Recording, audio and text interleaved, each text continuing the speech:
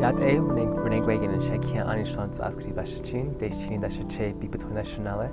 And my name is Renae Gray. What I just said was my clan in Navajo, which are the Towering House people born for the Sagebrush people. Deschini are the, I don't know the English version. But then the Bipetuni is Deer people, Deer clan people. And so that's how I identify as a Navajo woman from Gallup, New Mexico. Gallup, New Mexico is considered a border town just south of the Navajo Reservation, Navajo Nation, and north of the Zuni Pueblo. It is a small town, very small, about 30,000 I believe, and the majority are the indigenous people here, and so it's very small. People tend to forget that Gallup exists. I believe trans justice is more of just alleviating that stress for trans women or trans people to exist and get through life. So really it's more of just living, existing without problems and issues. That's what trans justice means to me. Yeah. I come from a very interesting background, lifestyle, I guess you would say. I was valedictorian in my high school, which led to a wonderful start in college. And then I started experiencing life. I started toying around with the idea of drugs and alcohol. And from there, I had a downward spiral in my life. I ended up going to jail. I was incarcerated for 13 months, probably about 18 months total. And then that eventually led me to prison, which I did another 13 months.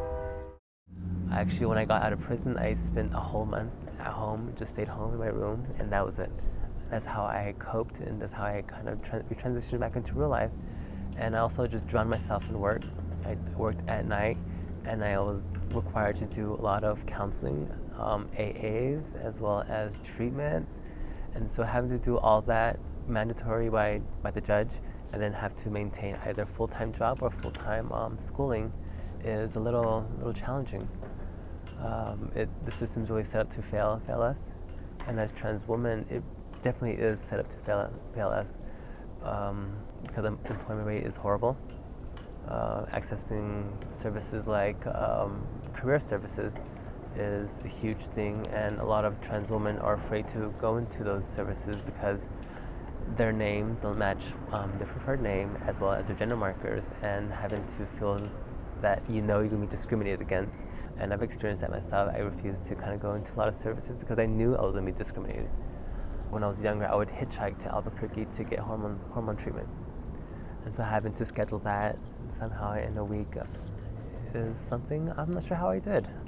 But I guess it was more of the sheer determination of wanting to get the hormone treatment what drove me to hitchhike to Albuquerque, as well as Crown Point, which is about a 15-minute drive from here. But having to find a ride to get there was like, okay, I'm going to do this, I'm going to do this, I'm going to do this. And so it really is challenging to access healthcare here. I've been asked what kind of services does Gallup have for trans people, or just even for doctors. We only have one doctor who sees about 30 patients, trans women, for hormone treatment, and her caseload is overfilled, and she's not accepting any more clients because she's overworked with a lot of trans women. I've always spoke when it comes to what I hope to have or wish or dream of having here in Gallup was more of a facility that was more trans specific, especially when it comes to addiction programs, addiction treatment, as well as career services, job services, just everything that I've experienced in my life is something I would like to give back to the trans community, because again, trans people shouldn't have to go through a lot of these challenges alone like I did. I'm not sure how I did that. I've always said that I'm here because of miraculous reasons. I've been in positions where I've almost got killed. I've been shot at, and so I have purpose, and I'm still alive because of that.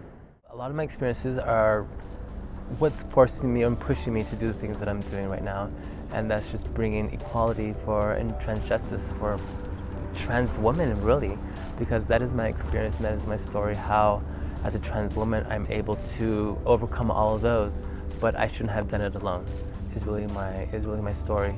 And so trying to alleviate all of that and being there for other trans women who want to make the changes or who need help.